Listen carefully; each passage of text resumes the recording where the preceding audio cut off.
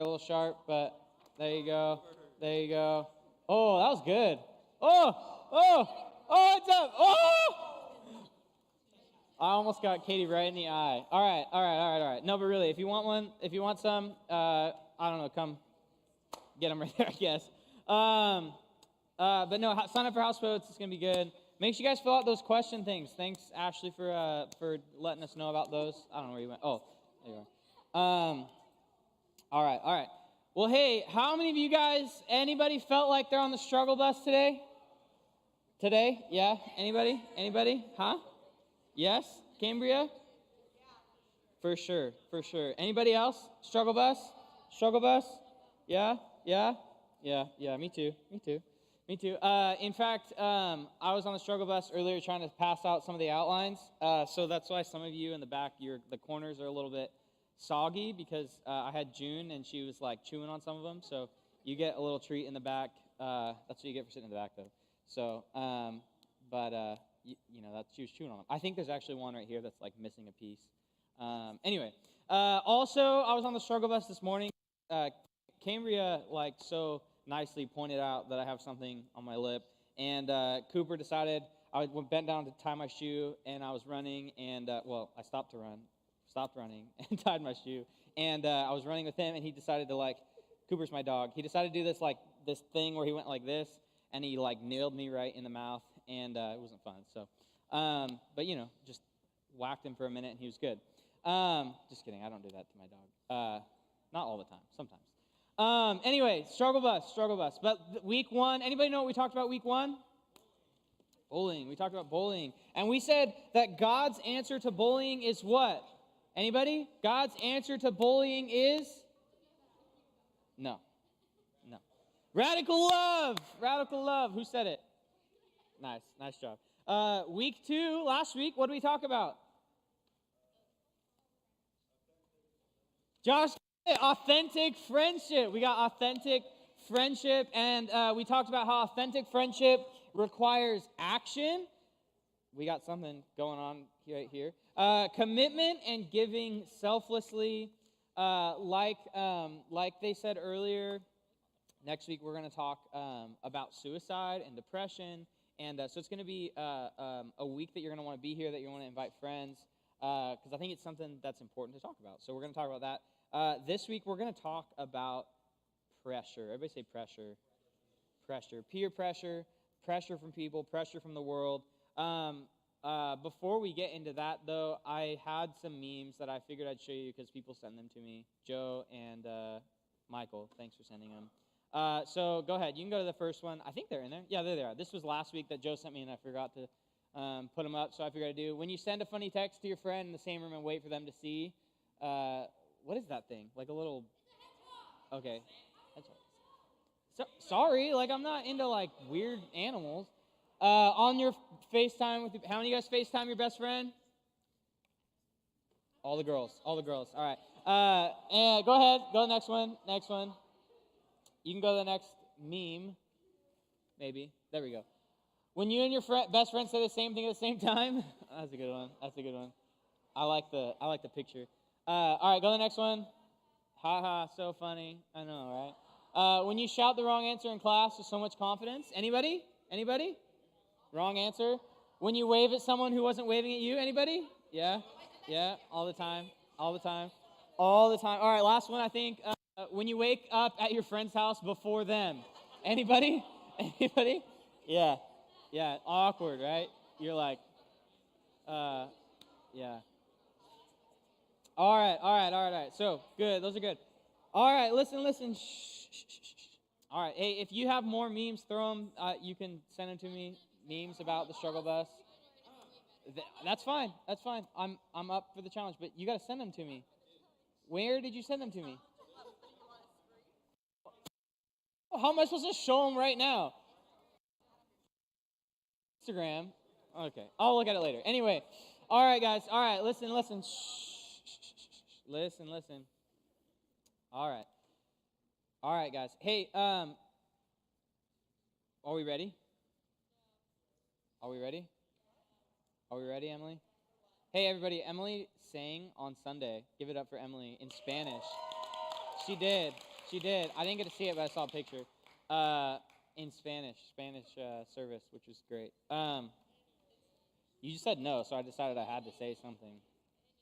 Anyways, all right. Well, let's talk about peer pressure. Let's talk about the pressure of people, pressure of the world. Sometimes it feels like we're being pressured to do things we don't want to. Sometimes it feels like we're being pressured and tempted to walk in sin when we know that we shouldn't. Sometimes it feels like we're being pressured to talk and be on our phone when we shouldn't be, Cam. And sometimes it's difficult. She's like just still going. Okay. And then sometimes, sometimes it feels like we're being pulled in two different directions. In fact, I need some help. I need three people. You can't do it with a broken arm, Kara. Sorry. Okay. All right, Delaney, Jonathan. I need some people who don't normally. You always are up here, Bella, which I'm grateful for. But you want to come? Yeah, come on. All right. Here we go. All right. Did you raise your hand? Oh, I didn't see it. Dang it. Oh my gosh. All right. What was your name? I didn't catch it. Trinity? Good to meet you, Trinity. Did I say it right? Okay. All right. Hold this. Okay. So you guys can hold on to it. You can hold on to Trinity. You can give her the other side of your rope. Here's how sometimes life feels, right? Like Delaney is us, all right? Delaney is everyone in this room, where sometimes it feels like, we're doing good. And Jonathan right here is God, represents God and God's way, God's direction, right? He's got the cross on. It's the whole thing, right? And then Trinity over there, sorry, Trinity, but you represent the pressure of the world, the sin, the things that we shouldn't be doing, right? And sometimes this is how life feels, right? We're like Delaney. We start coming after God's way, and then Trinity, you can pull her back. She comes back, and we start feeling, you guys catch the picture? Yeah? We feel like we're being pulled that direction. I feel like Trinity does need to yank Delaney a little bit, but she got serious too right there. Woo! Man, maybe we need to get some Kajabi going a little bit after this. But anyway, sometimes this is how life feels, right? If we're honest. Sometimes, Jonathan's honest, thanks.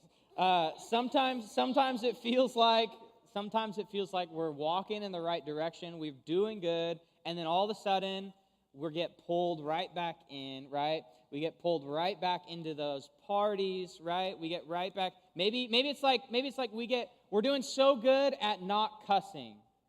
We haven't said a cuss word in a while. And then all of a sudden, our friends around us, they pull us back in, right, Trinity? Yep, Trinity knows how it is, right? And they pull us right back in, right? Or we sit down and our friend sits with us and they're like, dude, just come with me to this party, right? And Delaney's like, no, I can't. And then over and over again, they're like, come on. And you just pull, and finally Delaney's like, all right, fine. And then it just ends up not going well, right, Delaney? You've experienced that? No, that's okay. All right, you guys can give it up for these guys. This is how life feels, though, right? You guys can sit down. Good job. I was hoping for a little more aggression, but that's okay. Good job. Next time we need some guys up here pretending to, it's okay. It's all right. I'll let you guys, destroy each other later. But guys, if we're honest, this is how life can feel sometimes. We feel like we're walking in the right direction. All right, you're going to have to give those back if you're going to screw around. We feel like we're walking in the right direction. Listen. Shh. We feel like we're walking in the right direction. All of a sudden, someone pulls us back in. We're back to cussing.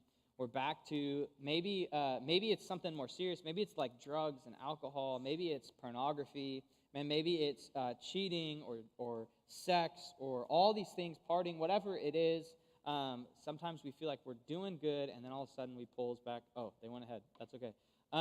We're getting there. So let me show you how this kind of looks, because I think that what I want you guys to see is that when we the way that we can let go, the way that we can actually follow God's way is when the way we can let go of the pressure of people is to see that God's way is actually worth letting go for.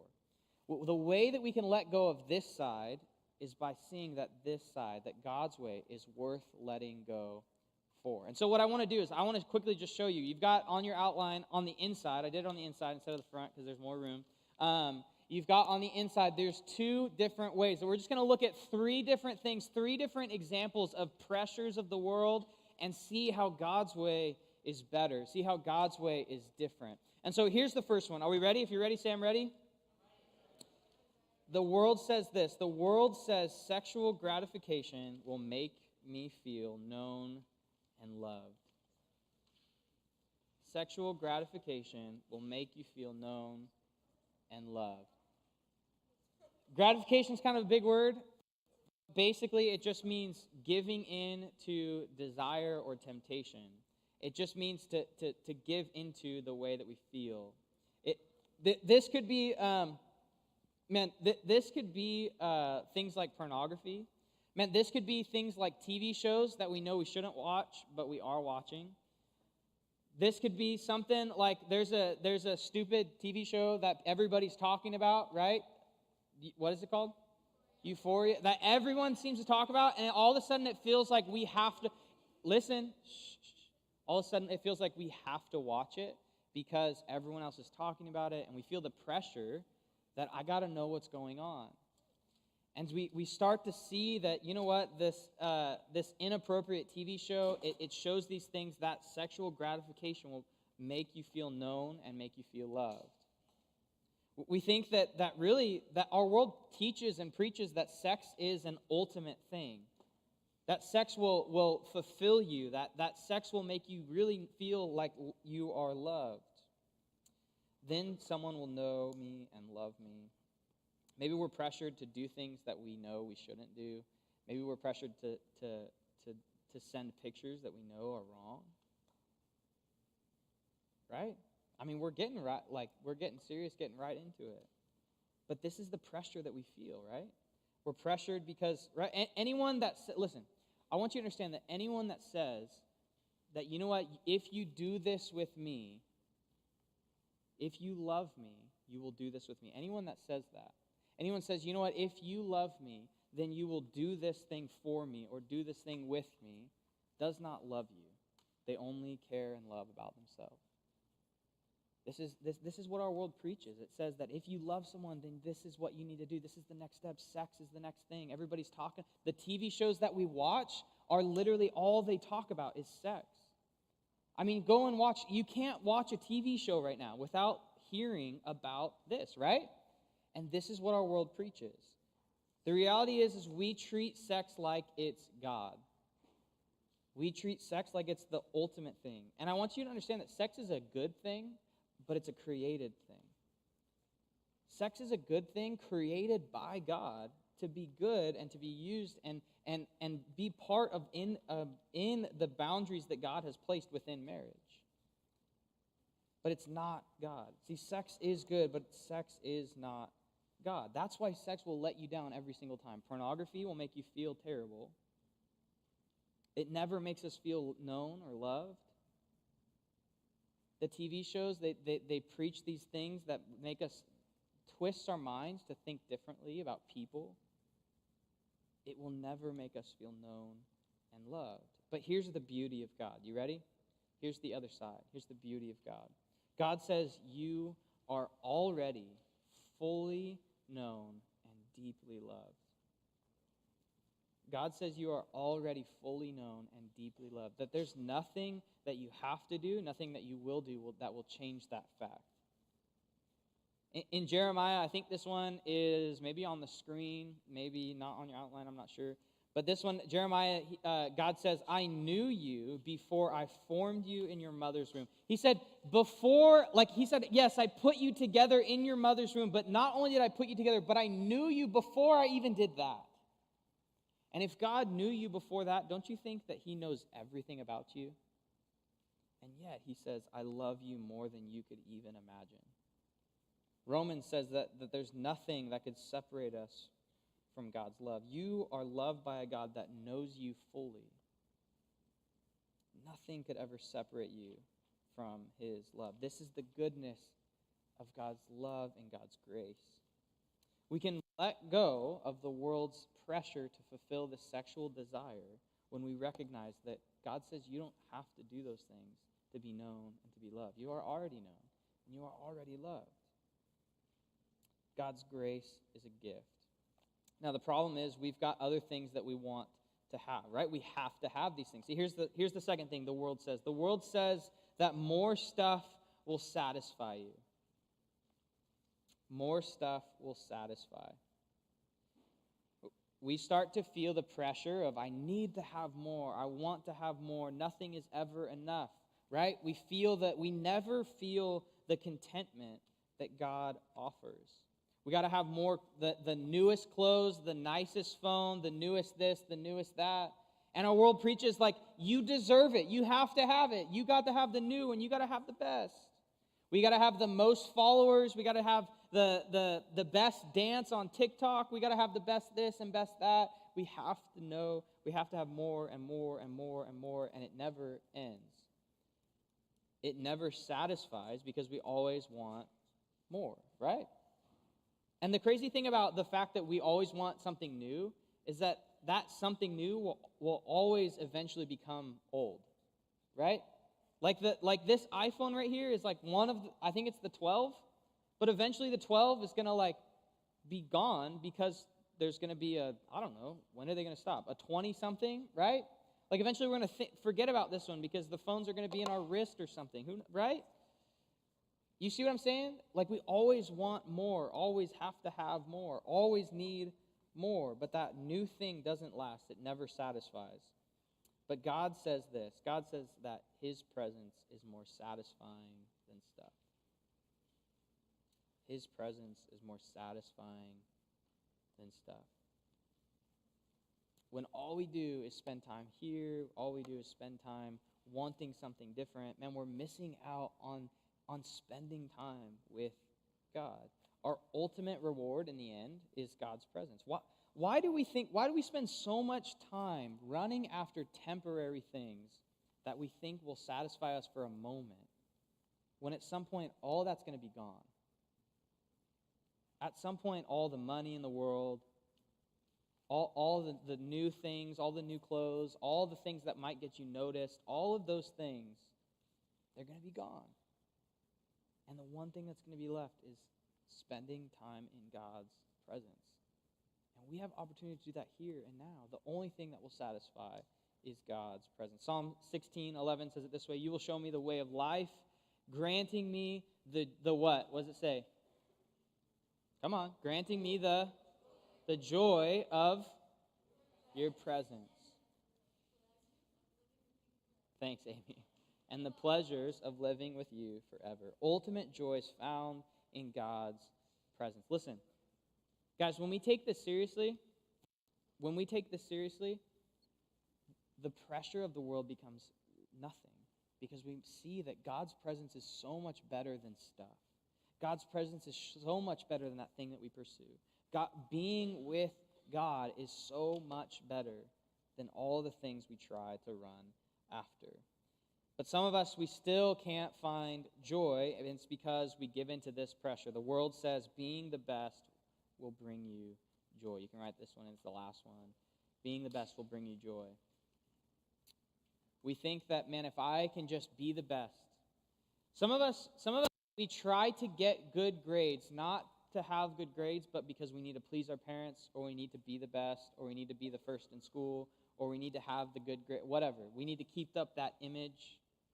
Some of us, we feel like we have to be the best on our sports team, and it's this endless cycle of, yes, I'm starting, and then all of a sudden I'm sitting the bench, and then I'm starting, and then I'm sitting the bench, and it's this endless cycle, and it never helps us find joy. We got to be the best performer is what we're really doing.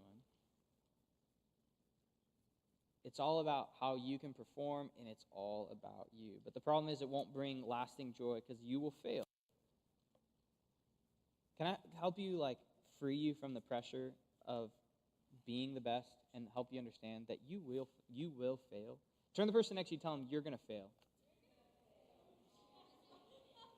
You're gonna mess up. Listen. Shh. You're going to mess up. Listen. Shh. You're going to mess up. And being the best will never bring you joy because you will fail. You will mess up. You'll do something poorly. You'll say something you shouldn't. You'll perform badly. And this is why we need a God who says this. You ready? Here's the third one, the last one. This is why we need a God that says this, that he is faithful even when you fail. He is faithful even when you fail. Guys, when we know that God is faithful even when we fail, we don't have to be afraid of failure. We don't have to be afraid of trying to be the best. We don't have to face that pull and that pressure of being the best in our class or performing for our parents, because we know that God is faithful and his love doesn't end even when we fail. It's kind of like cancel culture. You guys know what cancel culture is? Yeah? Did you guys know who Kevin Hart is? Yeah? Did you know that Kevin Hart, like a few years ago, Kevin Hart was sort of canceled, but I don't know. But he had, like a few years ago, did you know that he was supposed to host like some awards or something?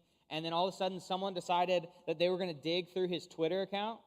And they found all these tweets about, I don't even think it was all, I think it was maybe one or two tweets about, I don't even know what it was about, but something that was offensive to people, something that was wrong to someone. So, I'm talking like, not like a couple months ago, but like years, like 10 years before this. Like someone went that deep into his Twitter, and they found like one or two tweets, and all of a sudden, people canceled him because of one little dumb thing that he said. And this is our culture, right? That one little thing, one mess up, one failure, and you're canceled. And he was supposed to doing this award show, and he ended up having to apologize and cancel doing the award show and all this stuff. But this is like the crazy thing about our culture. And what we know about God is that God doesn't have to search. Like, he doesn't have to go through a Twitter account to see that you've messed up. He knows that you messed up. He knows that you will mess up, and he still loves you. He is still faithful even when you fail. That's the beauty of God. And because we know that about God, we don't have to feel the pressure to be the best. We don't have to feel the pressure when we understand God's grace. We're free to let go of the pressure and the pull of the world when we see the beauty and goodness of God. God in his grace has saved you. God in his grace has allowed you to live and walk with him. Let's talk about God's grace. Everybody say God's grace. I love how it says it in Titus and helps us understand this in Titus chapter 2. It's on the outline. It's on the screen. It says it like this. It talks about God's grace, and it says, for the grace of God has what? All right, let's try that again. For the grace of God has appeared. It says, bringing salvation for all people. It says, training us to renounce ungodliness and worldly passions, and to live what? Self-controlled, upright, and godly lives in this present age. Go ahead, go to the next one. Maybe, all right, I'll just keep reading on here. Verse 13, waiting for our blessed hope, the appearing of the glory of the great God and Savior Jesus Christ, who what? Gave himself, let's say it again, who? Gave himself for us to redeem us from all lawlessness and to purify for himself a people for his own possession who are, what's that word? What's that word? Help Matthew. Help Matthew. What's the word? Zealous. It's zealous for good work. What does zealous mean? Not jealous. What does zealous mean? Good guess. What does zealous mean? Anybody? Anybody? What does zealous mean? Passionate. Good job. Did you have to look it up? Ah, nice. Good job, Summer. Zealous means passionate. It means like I am going after this. And the thing that trains us, did you catch it? The thing that trains us to be zealous for good works, the thing that trains us to leave behind passion, the pressure of the world is God's grace. It's the grace of God has appeared. And it says the grace of God has appeared in the person of Jesus, making us zealous, passionate for good works. And so what do we need to do? When we're pressured by the world, we need to look at God's grace. problem is, I think we don't fully understand God's grace that we've been given. See, here you can write this in. The grace of God changes everything. The grace of God changes everything. I want you to tell your neighbor, the grace of God changes everything. Let's do it one more time because I didn't hear anyone on this side. 1, 2, 3. The grace of God changes everything. Thanks, Emily. Thanks. The grace of God changes everything. See, here's the deal. The grace of God transforms our hearts. And when we're overwhelmed and overcome by the grace that God has given you, that you have done nothing to deserve God's grace. In fact, everything that you try to do to earn God's grace is not good enough. And you have done nothing to earn it, but God has just given it to you. When we allow our hearts to be transformed by this truth, then the pressures of the world don't seem so appealing. The pressures, the pull of the world doesn't seem like something we want to go after because we see the beauty and goodness and grace of our God. See, this isn't about, I want you to understand that this isn't about just trying harder. This is about allowing our heart to be transformed. This is allowing God to change the way that we see things. Romans says it like this. Romans 6, it's on your outline, it's on the screen. It says that we know our old sinful selves were what? What were they, Amy, since you're not paying attention? See, exactly. We know that our old sinful selves were. If you're crucified, can you live anymore? Wait. If you're crucified, can you live anymore? No. So our old sinful selves are what? Dead. Our old sinful selves were crucified with Christ so that sin might lose its power in our life. We are no longer what? We are no longer slaves to sin.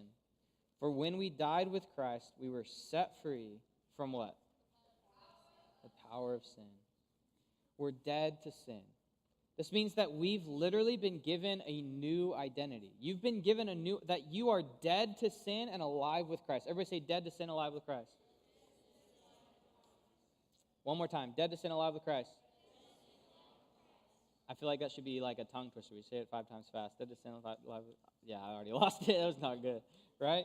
Dead to sin. This means that when we look at sin, sin becomes less appealing. That following the ways of the world, the pressure of the world, it becomes less appealing. But it's easy to forget the grace the new identity that we've been given in grace. It's easy to forget. Right? When we come to follow Jesus, we've been given this new identity that we are dead to sin. Sin no longer has power in our life. And we are alive to Christ. But it's easy to forget that new identity. And this is what happens when we sin. What's up, Staley? Staley, did you know you've been given a new identity?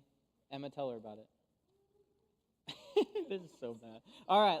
Here's this quote that I found that I think is so good. Go to that next slide. And it helps us understand this. You can follow along on the screen with me. It's not on your outline. It says this. Are we ready? Are we ready to read it? Are we ready, Michael? Are we ready to read it? I think so. Here we go. Here's what it says. It says, when a non-Christian sins, they're acting in accord to their identity with who they are. Why wouldn't they sin? Sin is so appealing to a non-Christian because they don't know any better. They don't know a better way.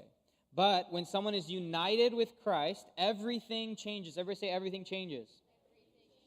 Because who they are changes. Everybody say new identity. You've been given a new identity. He says there is a new me. He says when a Christian sins, they're acting against their identity. Why would you sin? Everybody say, why would you sin? Why would you give into the pressure of the world when there's so much more for you, is what he's saying. He says, therefore, if I sin, it is because I do not realize who I am. I have forgotten what has been done for me in Christ. When we choose sin, it's because we've forgotten what's been done for us in Christ. We've forgotten the identity that we've been given. It says Paul is showing us, you can go to that last one. Paul is showing us in Romans that we just read, that sinning comes not so much from a lack of willpower. Sinning, choosing sin and the pressure, choosing to live in that temptation and the pressure that we're being pulled in is not because we have to grit our teeth and try harder. It's not a lack of willpower, trying harder, but a lack of understanding. Everybody say understanding. Understanding our position and a lack of reflection and rejoicing. You've forgotten who you are. Everybody say you've forgotten who you are. Here's the crazy thing. What if, when our friends were sinning, when our friends were walking in sin, doing things we know they shouldn't be doing, what if we, instead of saying, hey, that's bad, what if we said, hey, that's not who you are? Hey, there's more for you. Remember who you are. Turn to the person next to you, tell them, remember who you are.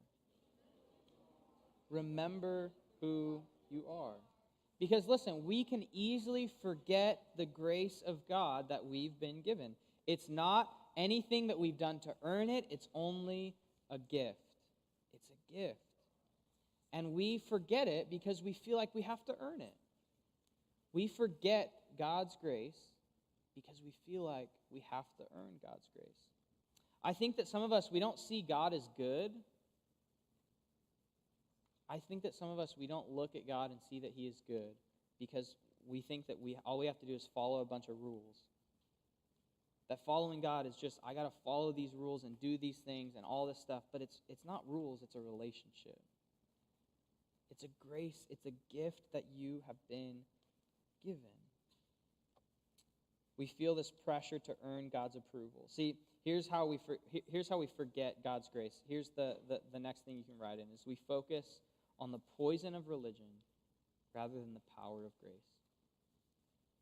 We focus on the poison of religion rather than the power of grace.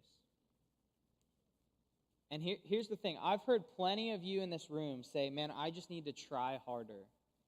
I just need to be a better person. Man, I got to try harder to be a better Christian. I got to be a better person. Or I got to love people better. I got to do more. I need to serve more or be more. All of these things, more and more and more. And can I just tell you that this is religion? This is what religion is.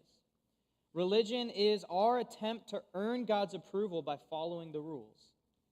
Religion is our attempt to earn God's approval by following the rules. We're trying to please God without God. We're trying to please God without God. And we easily fall into this. What we're saying is, all right, God, like you've saved me by grace, but now it's on me. Now I've got this. And actually what we're saying is, Jesus, what you did on the cross was not enough. I have to do more. That's what we're telling Jesus. All the suffering and pain that he went through for you, the fact that he defeated death for you, you're looking at Jesus and say, that's not enough. I got to do more. I got to serve more. I got to be better. I have to try harder. This is the poison of religion. But the power of grace is that grace is a gift. Everybody say gift. Is a gift something that you earn? No, it's something you're given. If grace becomes something that we have to earn, then it's nothing more than a paycheck or a wage, right? How many of you guys have a job? Okay? How many of you guys are looking for a job? How many of you guys, your parents are pressuring you to look for a job? Yeah, I've been there. When we have a job, we work, and then we get what?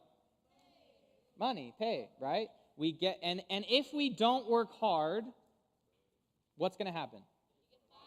You're probably going to get fired. Are you going to get a paycheck? Probably not, right?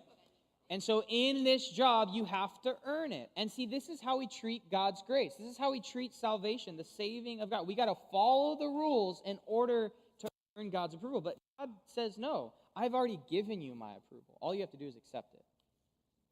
And some of us, we're all over here, we're so busy trying to do things that we haven't just received the gift that we've been offered. See, here's what grace is. You can write it in. Grace equals unearned favor of God. Grace is the unearned favor of God.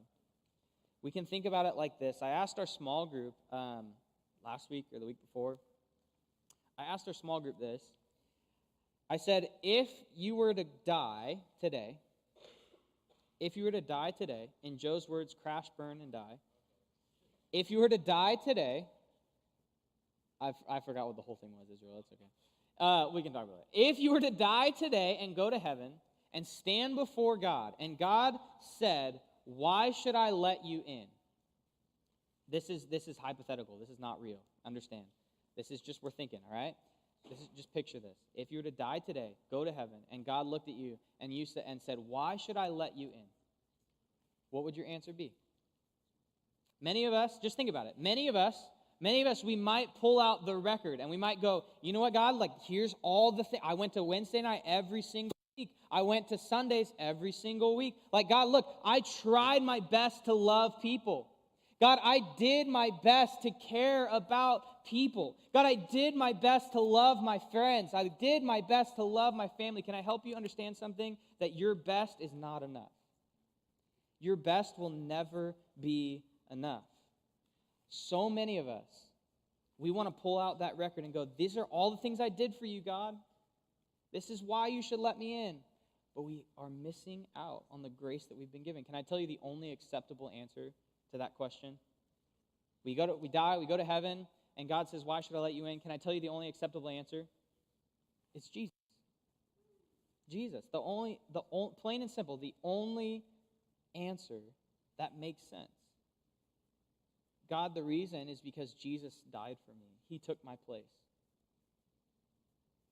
I have been given undeserved privilege because of Jesus. Jesus is the only reason. It's His grace. It's nothing you've done, only what He's done. It's the unearned favor of God that He's offered for you. You did nothing to deserve it. The poison of religion, listen, because I think many of us, we live in this. The poison of religion says, I got to try harder. I got to do more. I got to be better. But the power of grace says, no, you just need to trust. You need to trust that everything that should be done, that has to be done, has already been done for you by Jesus, through Jesus, and for Jesus. It's not by trying on my own power, but trusting in God's power. And this, because of the grace that we've been given, right? I've been talking all about grace and all these things, and we've been going like deep dive into grace. But why does this matter? What does this have to do with pressure? Because when we recognize the goodness and grace of God, when we are allowed the grace of God to transform our hearts, then it's not that we have to run after and follow the rules and follow God. It's that we get to. It's that we want to. When we allow our heart to be transformed, it no longer becomes, I have to do these things. It becomes, man, I want to do these things because God is so good. And He has given me nothing but His grace when I don't deserve it. This is why Titus told us earlier that it's the grace of God that's training us to renounce ungodliness, worldly passions, and live self-controlled. What teaches us to say no to the pressure of the world is not you trying harder, it's God's grace. It's God's grace. See, I can, like we can say no. Here, let me give you just a quick example. I can say no to going to that party because you know what? I know that it's better to honor God with the things that I put in my body. I can say no to cussing because I want to honor God with the words that come out of my mouth. It's not that I have to. It's that I want to honor God because of what He's offered and given to me. We need to rest in the gift of grace, to regularly be reminded of the grace that you've been offered. It's God's grace that changes everything. Everybody say, God's grace changes everything. Here's the action step I want you to take this week. You ready?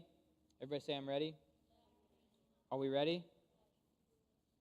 Here's the action step I want you to take. Knowing all of this, I want you to do these two things. Stop hiding and start being real. Stop hiding and start being real. Because here's the truth. It's safe to be real when you know you're secure. Stop hiding and start being real. Many of us, we feel the pressure of the world on our shoulder. We feel like we have to be good and put on this performance for people because We're putting up this fake face, even when we walk in these doors. But stop hiding and start being real. Because this is what God says about you. You ready? Romans 5, it says this. Romans 5, verse 1. This one's on your outline. It says, therefore, since we have been what? Since we have been made right in God's sight by faith, we have what? Peace with God because of what Jesus Christ our Lord has done for us. Because of our faith, Christ has brought us to this place of, what's that word? Undeserved privilege. You did nothing to deserve it, but God gave it to you anyway. Undeserved privilege. It says, where we now stand confidently and joyfully looking forward to sharing God's glory. God's grace changes everything. Because God has offered you grace, you can be real with the people around you. Stop hiding, start being real. You know that some of the pressure that we feel is because we can't be honest with the people around us. Sin grows and infests in the dark when we want to hide it. Pressure grows heavy in the dark. Some of us, we've got things that we're hiding, we've been hiding. And you know the reason that you can't tell someone that I'm struggling is because you haven't understood that you are secure in God's eyes. That you've been given grace. Sometimes we feel like we can't tell people because we're afraid of what they'll think. But when we know we're secure in God's eyes, it doesn't matter what they think. Because I know I'm safe and secure and have peace with God. Stop hiding. Start being real. In the light, it lifts the pressure off our shoulders and frees us. You don't have to do this alone. So, your action step is what? Stop hiding, start what? Stop hiding, start being real. Stop hiding, start being real. Let me pray. Jesus, I thank you for the undeserved privilege that you've given us. Thank you for the grace that you've offered, that there's nothing that we can do to earn it. Would you challenge us and help us to see the places that we try to earn your grace, where we try to earn your favor and your privilege? Help us to recognize those places where we're just trying to perform and put up a face. And Jesus, would you help us to recognize that your grace and your goodness takes away that pressure that we feel. That we no longer have to live under the pressure of the world to conform and do all the things that the world says, but we can live under and in your grace because you've offered it freely. Would you help us? Help us to run after you. Help us to be passionate about walking and honoring you because we know we've been given grace and mercy. God, we thank you so much. We love you and we praise you in your name.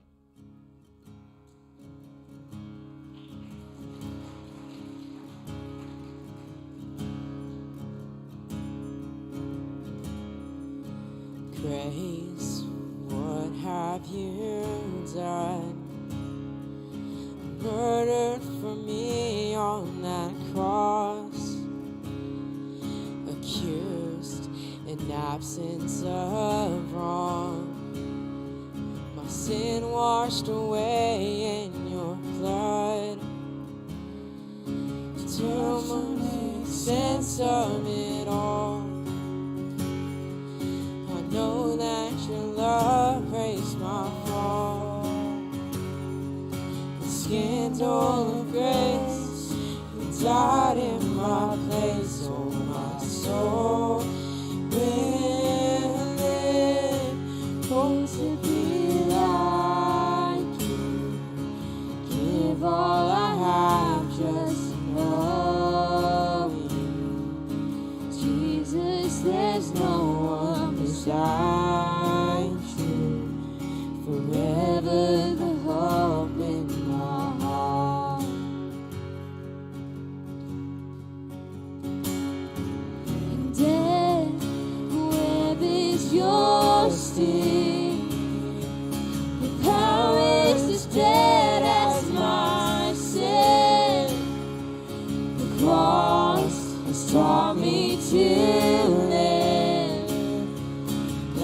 mercy, my heart now to sing. The day and its trouble shall come.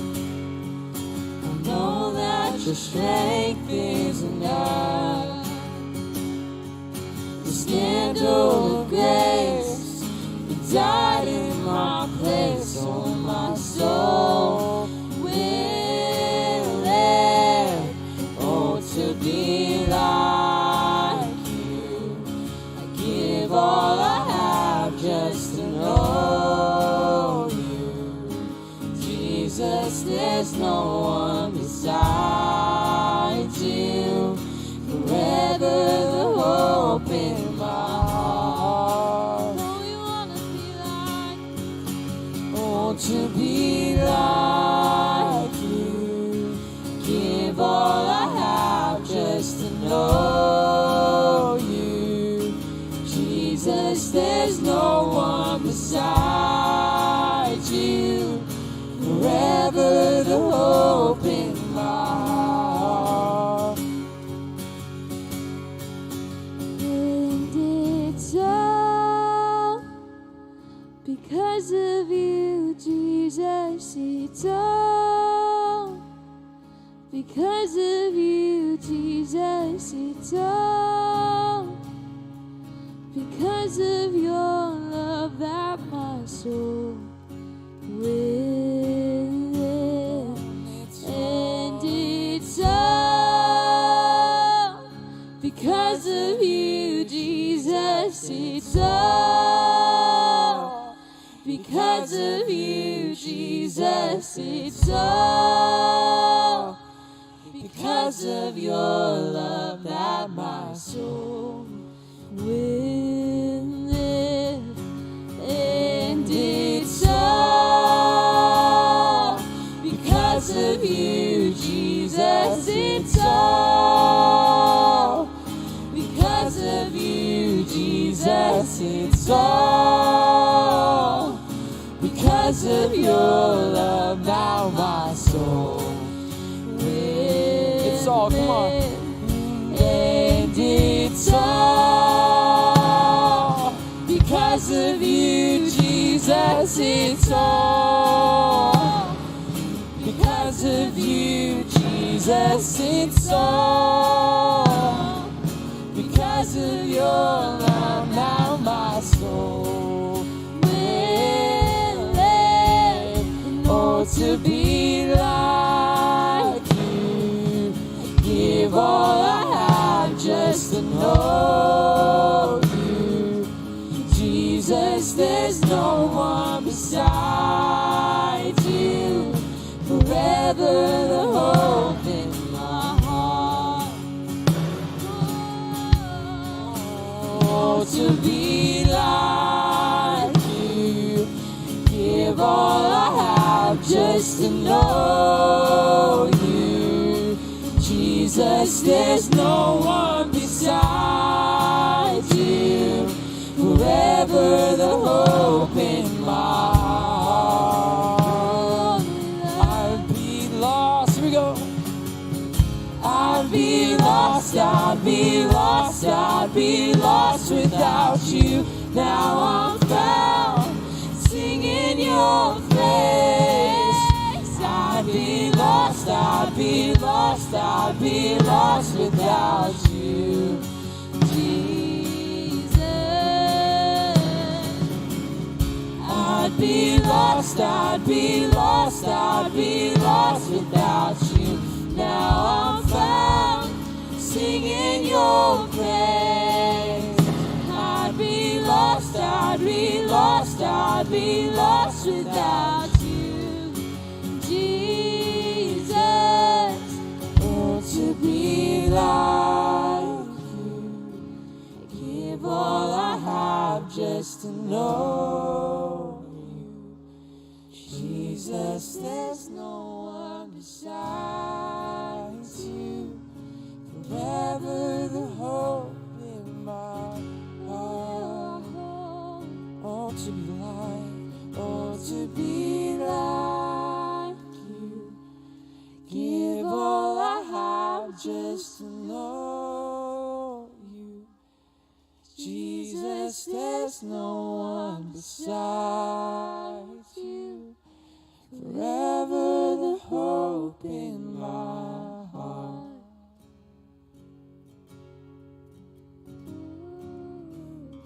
I'd be lost, I'd be lost, I'd be lost without you. Now I'm found, singing your praise. I'd be lost, I'd be lost, I'd be lost without you, Jesus. Heavenly Father, we'd be so lost without you. We're grateful that you can just be center in our lives and that we can look to you when things go wrong, and when we stray, that you're there waiting for us to run back to you with open arms, Lord. We're grateful for your grace and that it's never ending, and that no matter how far we go or how badly we think we messed up, that you still love us and you still show us mercy, Lord. We pray that we wouldn't forget about your grace and that we wouldn't forget about you, and that we would look to you, and that you would be our rock, and that we would lean on you for support and rest, Lord. We pray that we would give up the world and what it has to offer.